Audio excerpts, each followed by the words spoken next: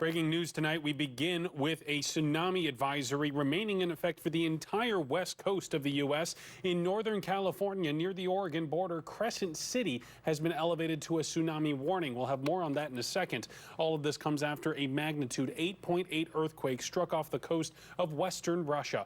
Good evening. Thanks for joining us. I'm Barry Mangold. We have team coverage for you tonight. Dave Selesky is standing by in the Weather Center with the latest on watches and warnings in our area. First, we're going to get out to KATU's Christina Giardinelli live in Lincoln City, monitoring the situation there. Christina, we are expecting waves from that tsunami to hit the Oregon coast in the next hour. How does it look like now? You know, it still looks pretty calm. We've been standing here kind of monitoring for what we can see. Obviously, still very dark. I can tell you, though, earlier there were quite a few people on this pier that have cleared out now, but there are still a couple groups on the beach. And let me show you over here. If the camera pans over there, you can see there is a bonfire going on the beach right now. There's a couple groups that I've been watching just kind of standing right where the waves are. So that's definitely not advisable. That first tsunami wave could hit here, as you mentioned, in the next hour, and that would just be the first one. But over the next few hours, we could see significant activity, including currents. That's another thing to watch out for, not just the waves coming in, but those currents pulling out as well, too. So definitely not a good idea to be out where those waves are, like some of these groups are doing here. They just pulled out, but a minute ago, there was a fire truck here, Lincoln Fire. They were here just advising people not to be on the pier. As soon as we're done with this live shot, we'll head up to higher ground as those waves are expected to make their way in, you know, in the next hour or so. But the waves here in Oregon are expected to be pretty small, nothing like what we saw in that 2011 tsunami in Oregon.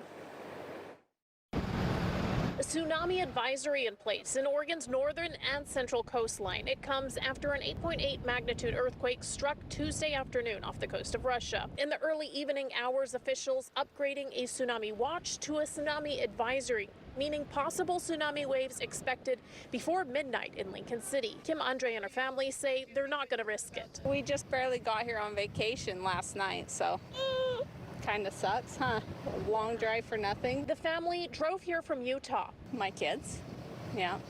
I don't want anything bad to happen, so we figured might as well just be safe. Scott and Tracy Birch from Portland, on the other hand, have been through tsunami warnings and advisories before and say they're going to monitor the updates, but will stay on the coast. Our hotel is on the other side of the road, so I guess that'll help. Yeah.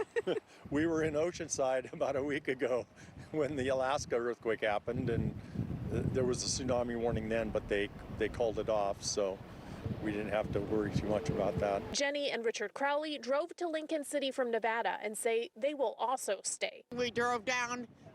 This was not something we were expecting at all. Oh, but I did say it. I said I'd be cool to see a tsunami. Oh, you're the reason. It's his fault. It's his fault. Now, officials do say that this is not likely going to be large tsunami waves, the kind that we saw in 2011. But they're telling folks to stay off the beach and piers.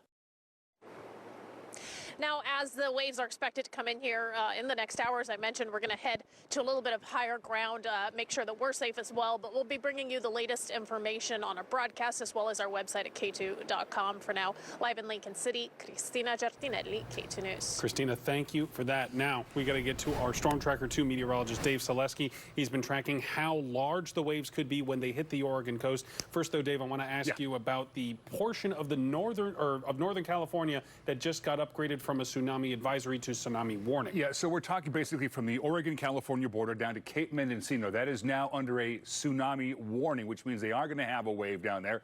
And the waves down there could be upwards of 3 to 5 feet. Now, for the Oregon coast, not even close to that. We're talking waves maybe a foot or less for the Washington and for the Oregon coastline.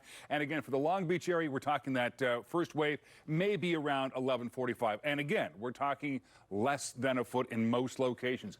Seaside about 11:55. Same thing for Newport and for the Westport, Washington area as well. So again, all the Oregon coastline here is under a tsunami advisory. It's this bright orange area you see right there along the Northern California coastline. They're going to be under the tsunami warning for at least the next few hours down there. In the meantime, this is a live look now from the Shiloh-in camera out at Ocean Shores, Washington. You can see a little bit of moonlight out there, but folks have evacuated off the beach here.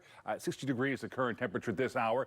Again, what caused this, we had a fault that shifted in the North Pacific right now. It's called a normal fault. So one block moves above the next. That generates that energy, that tsunami energy, besides the quake, of course, and that caused our tsunami watches and warnings and advisories across the Pacific Ocean. Again, so the distance these things can travel is just tremendous, and the speed they can travel at is incredible as well. We're talking they can move several thousand miles, that energy stored up in the ocean, and again, they can travel at speeds upwards of 500 miles an hour. Hence, you had a tsunami at about 4:30 in the afternoon Pacific time off the coast of Russia, and now it's coming on shore to parts of the Pacific Northwest and also into Hawaii. So the controlling factors with these tsunami waves is the magnitude of this earthquake. Again, 8.8, strongest earthquake recorded so far this year.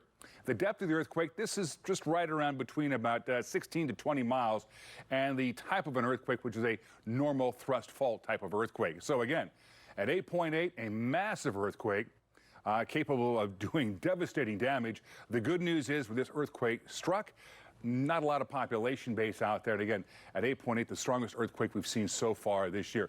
I'll talk about weather in a few minutes, but again, high temperatures, another very warm day across the area with highs in the low 90s. I'll have our forecast ahead for tomorrow, Wednesday, and the rest of the week in a few minutes. Barry, back over to you. All right, Dave, thank you.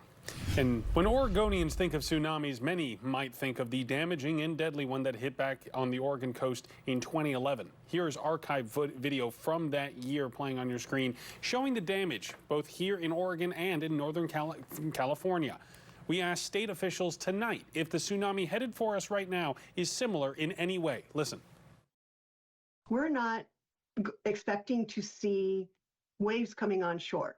This is not Japan 2011. But what you will see is strong currents in bays, harbors, ports, marinas, along beaches, along estuaries, and rivers. So our advice is really just to stay away from the water. Don't go down to the beach to watch this. I also spoke with a research seismologist at the U.S. Geological Survey about the impact today's earthquake outside of Russia and the resulting tsunami could have on our region. Specifically, I asked him if this tsunami could affect the Cascadia subduction zone or the inevitable big one here. Listen. Right. I think that's pretty unlikely, or very unlikely. There are cases of very remote triggering of earthquakes from other large earthquakes, but it's very uncommon, and it's not something that I would be concerned about at this moment.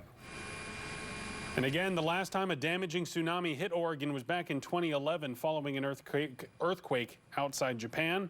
According to the Oregon Department of Emergency Management, that tsunami caused severe damage in Oregon and contributed to the deaths of 4 people on the coast. KATU will continue to follow this developing situation with tsunami waves heading towards us as it develops overnight. You can get the latest information on our website, KATU.com, and be sure to tune in for all overnight developments for KATU News this morning, starting at 4:30.